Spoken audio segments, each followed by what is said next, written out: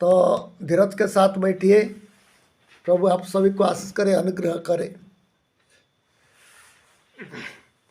भाई बहन, मैं तो कितना दिन में कुछ कुछ बात बताते जा रहा हूँ। युद्ध जो चल रहा है दुनिया में, अभी जो प्रकार दुनिया में हम पहुँच रहे हैं, इसके लिए तो बोल रहा हूँ। लेकिन आज जो एक बात मैं बोलना चाहता हूँ, जितने लोग बैठे हैं तो सभी के लिए मैं निवेदन करता हूँ, अच्छा करके बैठिए, सुनिए। 10 शब्दों में कुछ परमेश्वर का वचन में आप लोग का परामर्श दूंगा।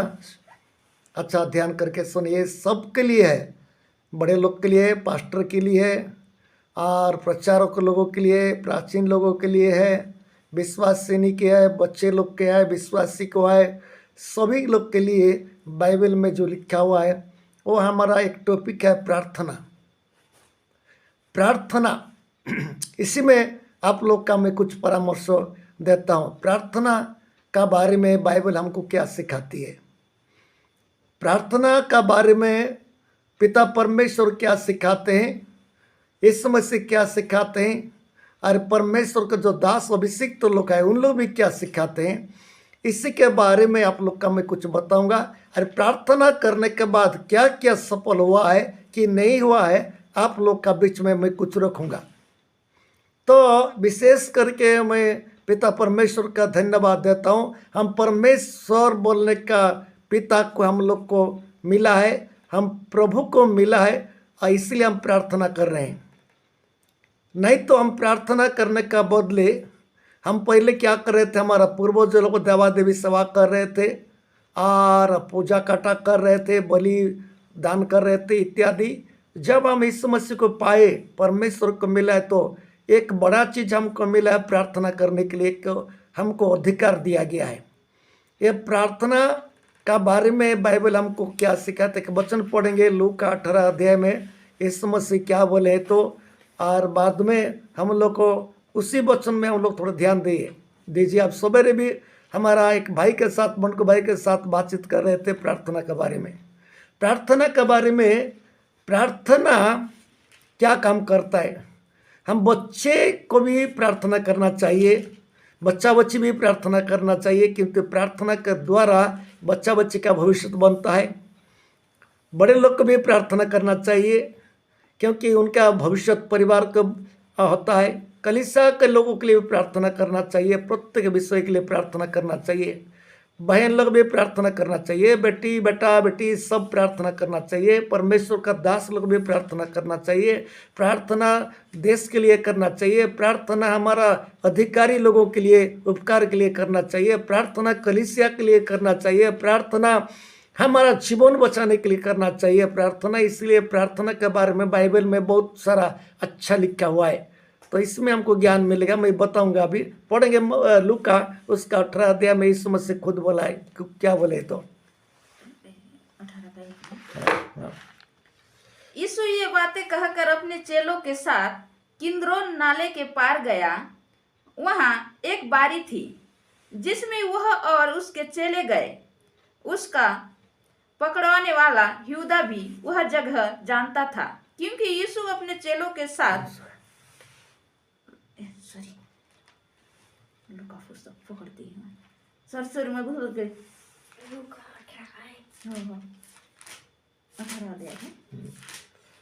ठीक है, पढ़ते पढ़ते गलती हो गया है, अभी पढ़ेंगे, सुनिए।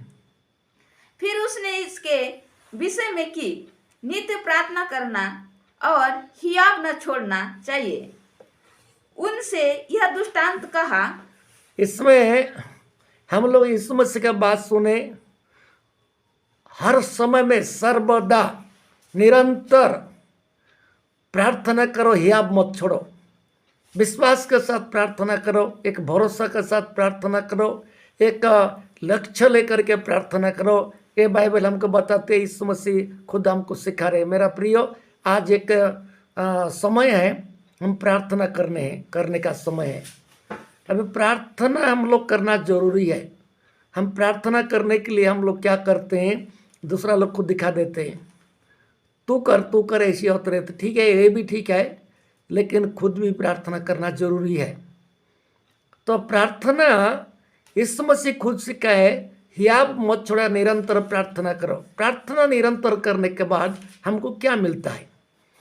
प्रार्थना करने के बाद क्या मिलता है, हमको इसको सोचना है। और एक वचन पढ़ेंगे, पहला थिस्सलुनीकी उसका 5 अध्याय में 16 पद में और कुछ लिखा हुआ है। पहला थिस्सलुनीकी 5 अध्याय उसका 16 पद में और कुछ एक वचन पढ़ेंगे, बाद में कुछ ध्यान देंगे।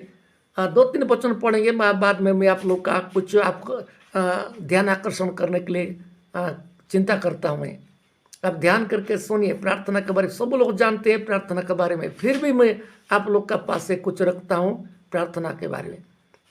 सदा आनंदित रहो, निरंतर प्रार्थना में लगे रहो। इसमें लिखा है, पौलुस बोल रहे हैं कि सदा आनंदित रहो। प्रार्थना करने वाले कैसा भी हो आनंद रहना चाहिए, खुश रहना चाहिए, क्योंकि उन लोग प्रार्थना कर रहे हैं। प्रार्थना करने वाले कभी दुख नहीं होने चाहिए। प्रार्थना करने वाले सदा आनंदित रहना चाहिए और निरंतर सर्वदा प्रार्थना करो बोल के लिखा है। अच्छा, मैं एक बात आप लोग का पूछना चाहता हूँ कि कोई भी हो, हम जितना ज़्यादा प्रार्थना करते हैं किसके उपकार के लिए? हम जितना प्रार्थना करेंगे उतना हमारा भलाई के लिए होता है।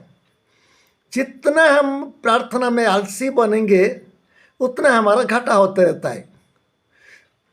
एक आत्मिक व्यक्ति प्रार्थना को ढूंढता है, वो प्रार्थना को समय ढूंढता है, प्रार्थना करता है, हर समय प्रार्थना करता है। और जो आत्मिक नहीं है, शारीरिक है, तो आदत के अनुसार 10 शब्द प्रार्थना करता है और 22 चुपचाप हो जाता है।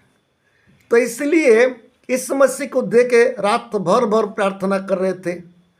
इस मसीह के बाद देखे रात भर प्रार्थना कर रहे थे और उसके बाद चेला लोग भी प्रार्थना कर रहे थे। पतरस को देखते हैं कि कितना दिन तक उपवास प्रार्थना करे, मूर्छित होते तक प्रार्थना किया, बेहोश होते तक प्रार्थना किया। तो बाद में परमेश्वर का एक दर्शन आया।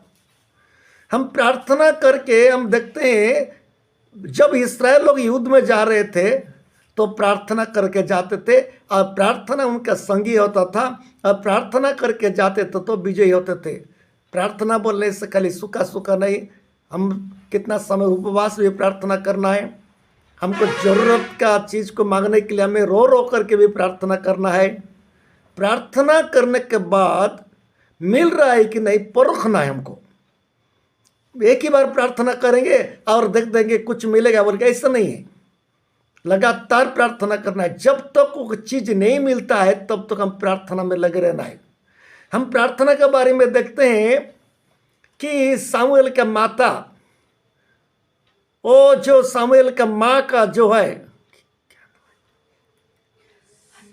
हन्ना कैसा प्रार्थना किया? हंस हंस कर प्रार्थना नहीं किया। परमेश्वर का भवन में जा करके, मंदिर में जा करके वो रो रो करके प्रार्थना कर रही थी।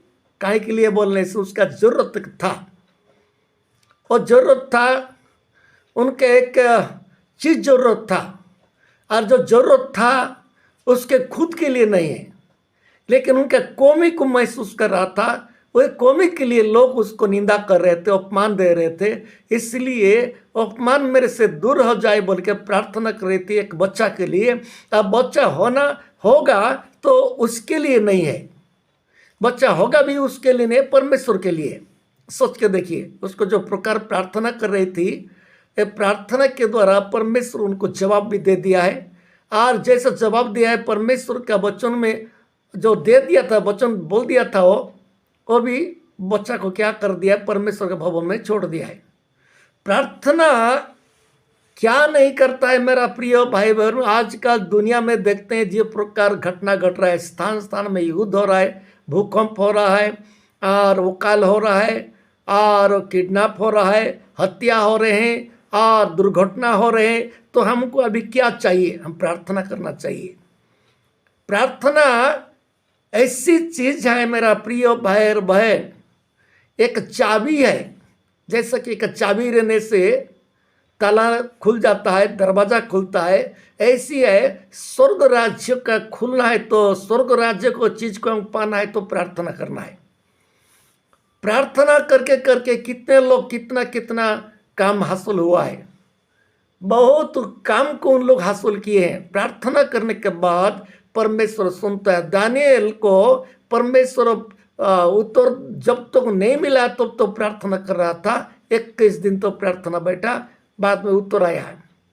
मेरा कहने का है मेरा प्रिय भाई और बहन, प्रार्थना क्या ना काम करता है, लेकिन बाइबल में लिखा है, मैं पढ़ाना नहीं चाहता हूँ, मत्ती 6 अध्याय में लिखा हुआ है, प्रार्थना करने वाले को जीवन में कपट नहीं रहना चाहिए, क्रोध नहीं रहना चाहिए, विरोध नहीं रहना चाहिए, अहंकार नहीं रहना चाहिए, शांत स्वभाव रहना चाहिए, प्रेम का ज्ञान रहना चाहिए, कुछ भी हो जाए ये प्रेम से रहना चाहिए, तब उनका प्रार्थना प्रभु सुनता है। फिर से एक वचन पढ़ेंगे हम लोग, कोई पहला तिमोथी उसका 2:8 में यार कुछ लिखा हुआ है। पहला तिमोथी 2:8 में कुछ लिखा हुआ है प्रार्थना के बारे में। फिर भी बाइबल में क्या सिखाती है हमको, ये मेरे लिए भी है, आपके लिए है, मेरा परिवार के लिए, मेरा बच्चा बच्ची के लिए, दुनिया के लोग, राष्ट्रपति के लिए, जितने लोग परमेश्वर के लोग सब के लिए ये बाइबल प्रार्थना करने के लिए सिखाती है। प्रार्थना करने का आलस्य नहीं होना है।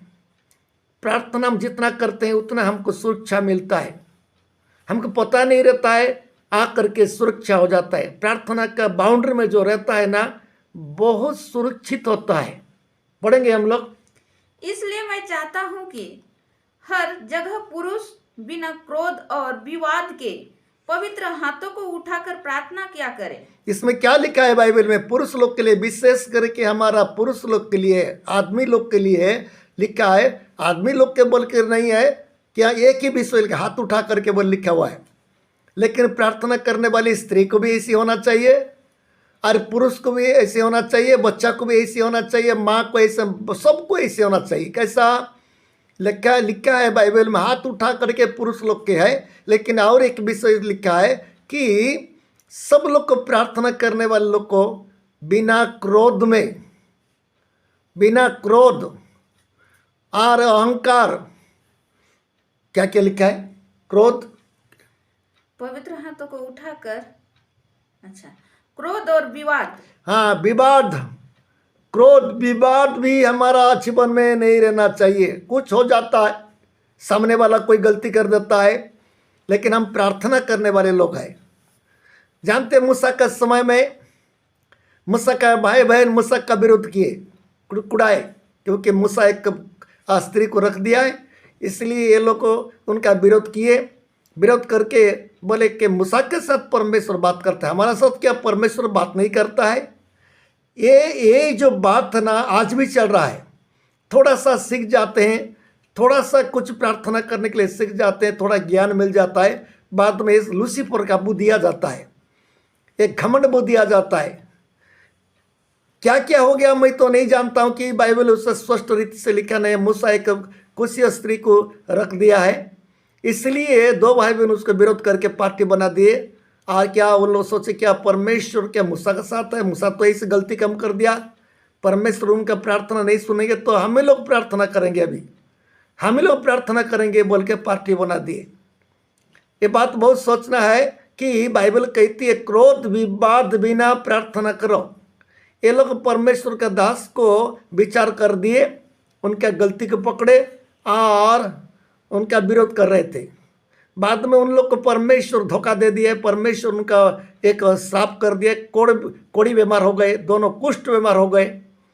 बाद में कुष्ठ बीमार के लिए और उनका रास्ता भी नहीं है। जब तक मूसा प्रार्थना नहीं करेगा तब तक एक बीमार नहीं छूटेगा, ये बीमार में लोग मर जाएंगे। अब उनको रास्ता भी नहीं मिला है, उनको रास्ता भी नहीं मिला है, तो बाद में उन लोग विवाद कर रहे थे, क्रोध कर रहे थे उन लोग, और श्रापित हुए। जानता है मूसा भी जानता है, मूसा जानता है कि मेरा विरोध में लोग जा रहे हैं बोल के, फिर से उनका जीवन में दया आया है, और क्रोध विवाद का हृदय मूसा के पास नहीं था। इसलिए पौलुस लिख रहा है कि पुरुष लोग को कोई भी हो, क्रोध विवाद के साथ प्रार्थना ना करे, और क्रोध विवाद को छोड़ करके और शुद्ध हाथ को ऊपर में उठा करके प्रार्थना करे, तो परमेश्वर उसको क्या करेगा? उत्तर देगा। आज नहीं तो कल उत्तर देगा। तो इसलिए मेरा प्रियो, जितने लोग आज बैठे हैं, प्रार्थना करने के लिए अवहेला नहीं होना है। प्रार्थना कितना प्रार्थना किया करता है, हम लोग ऐसी भी प्रार्थना करते हैं, ऐसी प्रार्थना करते हैं। और क्या करते, उपवास का भी प्रार्थना करते हैं। जानते हैं, चेला लोग के पास एक बार की बीमारी को लाए हैं। ये इस समय से उस समय में नहीं थे, पास में नहीं थे, दूर में थे। ये चेला लोग बहुत कोशिश किए, प्रार्थना किए, धमकी दिए, कुछ भी किए, लेकिन ये बीमारी, ये रोगी अच्छा नहीं हुआ है। और लोग, ये मुर्गी बीमार अच्छा नहीं हुआ है। ये लोग बहुत धमका चमका कर रहे थे, बहुत कुछ कर रहे थे, प्रार्थना कर रहे थे, बहुत कुछ कर रहे थे, लेकिन नहीं हुआ है। तो बाद में इस समस्या क्या हुआ है बोल के ऐसे ऐसे आए, बाद में चेला लोग को धमकाए और एक ही शब्द बता दिए तो और छूट गया है, और ठीक हो गया है। अब सब लोग जानते हैं बात को, बाइबल में लिखा है। मेरा पॉइंट है प्रार्थना के बारे में। तो बाद में चेला लोग पूछने लगे, हे प्रभु, हम इतना प्रार्थना, इतना धमकी दिए, बीमार ठीक नहीं हुआ है, लेकिन आप चुटकी में ठीक कर दिए, ये क्यों हमारे हाथ में नहीं हुआ है? बाद में आप लोग सब लोग जानते हैं, क्या प्रार्थना खाली नहीं, उपवास और प्रार्थना बिना नहीं होता है। प्रार्थना सूखा सूखा प्रार्थना भी नहीं होना है, उपवास का भी सीखना है हमको। उपवास प्रार्थना भी करना सीखना है। हम कभी कभी ज़्यादा काम धंधा रहने से उपवास को भूल जाते हैं, उपवास को भूल जाते हैं। सुविधा मिलने से करते हैं, नहीं तो नहीं है मत। लेकिन बाइबल में लिखा है, 2 तिमोथी 4 अध्याय में लिखा है, समय रहो कि नहीं रहो, क्या करो उसमें आग्रह रहो, आगे बढ़ो और उसी धुन में रहो बोल के बाइबल में लिखा है। प्रार्थना किसके लिए है? मैं बोलूँगा आप प्रार्थना करो, पास्टर बोल रहा है, पास्टर बोल रहा है, पास्टर बोल रहा है, तो हमको समय भी नहीं दिख रहा है, कैसे करने से प्रार्थना प्रार्थना बोलते रहता है बोल के सोच भी सकते हैं। लेकिन आप जितना प्रार्थना करोगे, आपका जीवन का बचाव होगा, आपका परिवार का बचाव होगा, आपका कलीसिया का बचाव होगा, आपका आत्मिक जीवन अच्छा रहेगा। हम जितना प्रार्थना करेंगे उतना। इसलिए दाऊद राजा बोल रहा है, क्या बोल के, लोग दुष्टता करते समय मेरा प्रार्थना चालू रहेगा। लोग दुष्टता करते समय, लोग मजा मजलिस करते समय, लोग मनोरंजन करते समय, लोग खाए पिए में रहते समय, लोग काम धंधा में माते समय में मेरा प्रार्थना चलते रहेगा। ये दाऊद महारा बोल रहा है। किस डर के लिए दाऊद राजा किसी का डर के लिए नहीं कर रहा था, खुद के उपकार के लिए कर रहा था। क्योंकि प्रार्थना बिना कुछ भी नहीं होता है, वो जानता है दाऊद। हम अब्राहम के बारे में देखते हैं, अब्राहम जब घर से निकल गया और जहाँ पर वेदी एक निर्माण कर रहे थे, वहीं पर घुटना मोड़ के प्रार्थना कर रहे थे, प्रभु को पूछ रहे थे क्या करे प्रभु क्या नहीं। जहाँ पर अब्राहम जाता था वहाँ पर प्रार्थना करता था। नूह के समय हम लोग देखते हैं, नूह का जो जलप्लावन हो गया है, बाद में पानी सूख गया, तो जब जहाज से निकले, जैसा निकले वेदी बना करके परिवार के साथ प्रार्थना किए। प्रार्थना परमेश्वर का लोगों का जीवन में कितना महान काम किया है। प्रार्थना के द्वारा, दानियल का प्रार्थना के द्वारा सिंहों का मुख बंद हो गया है। प्रार्थना को हम लोग जानते नहीं है, हमारा कुछ शक्ति नहीं है। हम प्रार्थना जितना करेंगे उतना हमको अच्छा रहेगा, लेकिन हमारा जीवन में कभी कभी गड़बड़ हो जाता है। हम विरोध करते हैं, क्रोध करते हैं, विवाद करते हैं और अहंकार करते हैं, लोग को चाली चुगली करते हैं। ऐसे जीवन में हम प्रार्थना करेंगे तो प्रभु क्या करता है, फेंकता है, हमारा प्रार्थना को फेंकता है। भजन संहिता 66:18 में लिखा है, जब मैं मन के अंदर में यदि अधर्म को मैं रखूंगा तो परमेश्वर मेरा प्रार्थना नहीं सुनेंगे। तब हमारा मन के शुद्ध रहना चाहिए, हमारा मन पवित्र रहना चाहिए, हमारा मन परमेश्वर के पास आनंद रहना चाहिए। तो परमेश्वर क्या करता है, प्रार्थना उत्तर देता। हम तो कुछ भी नहीं है ना, मनुष्य कुछ भी नहीं है ना।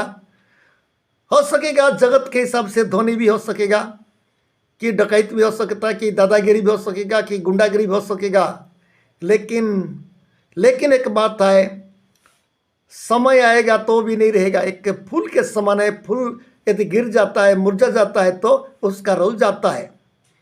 इसलिए जो व्यक्ति प्रार्थना करता है, हम जानते हैं राजा महाराजा लोग भी कैसा प्रार्थना कर रहे थे, बाइबल में लिखा है। राजा महाराजा भी कैसा प्रार्थना कर रहे थे, रात रात भर, दिन दिन भर। हम बाइबल में पढ़ेंगे तो कितना प्रार्थना कर रहे थे। अब प्रार्थना करके बाद में उन लोग का देश विजयी हो रहा था, देश विजयी हो रहा था। अभी जो इस्राएल और हमास का युद्ध चल रहा है, जानते हैं ना, इस्राएल और बिना प्रार्थना में कुछ भी युद्ध नहीं करते हैं। ये लोग प्रार्थना ही करते हैं। अवश्य गलती तो कर दिए फर्स्ट में, लेकिन अभी बिना प्रार्थना में कुछ भी नहीं करते हैं। तो प्रार्थना बिना हमारा जीवन एक अधूरा है।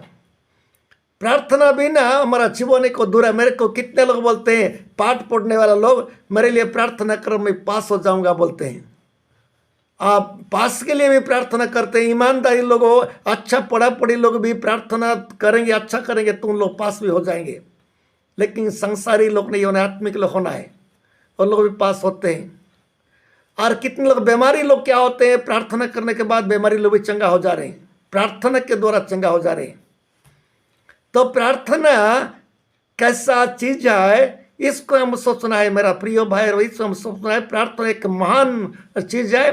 प्रार्थना बम से भी और परमाणु बम से भी, कोई तीर से भी, बंदूक से भी, तोप से भी, टैंक से भी ज़्यादा पावरफुल है। कौन सा है? प्रार्थना।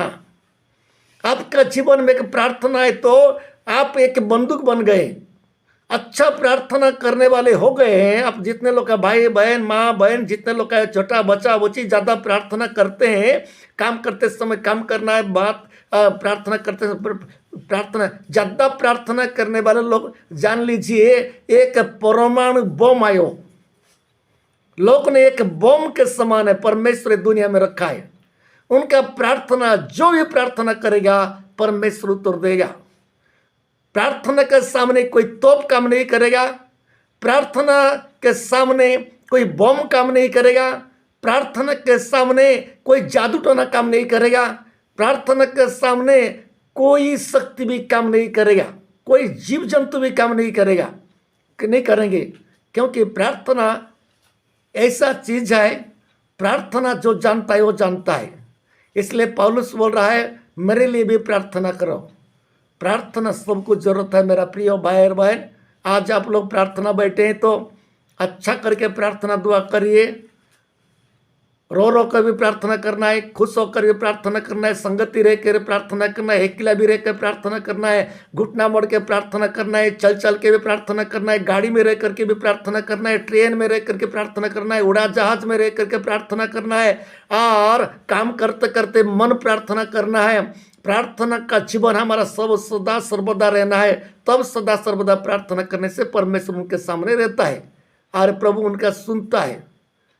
तो ठीक है मेरा प्रिय भाई, आज तो समय हो रहा है, मैं इतना कह करके बंद करना चाहता हूँ। प्रार्थना के बारे में प्रभु हमको अच्छा ज्ञान दिया, लेकिन समझने का आपका है कि नहीं मैं नहीं सोचता हूँ। लेकिन प्रार्थना जो करता है वो जानता है। आप लोग भी प्रार्थना करने का लोग सीखे, हमारा बच्चा बच्चे भी प्रार्थना करने के लिए सीखे। हर समय में सीखे, सोते समय, उठते समय, बैठते समय, खाते समय, पीते समय, हर समय प्रार्थना करोगे तो बहुत अच्छा रहेगा।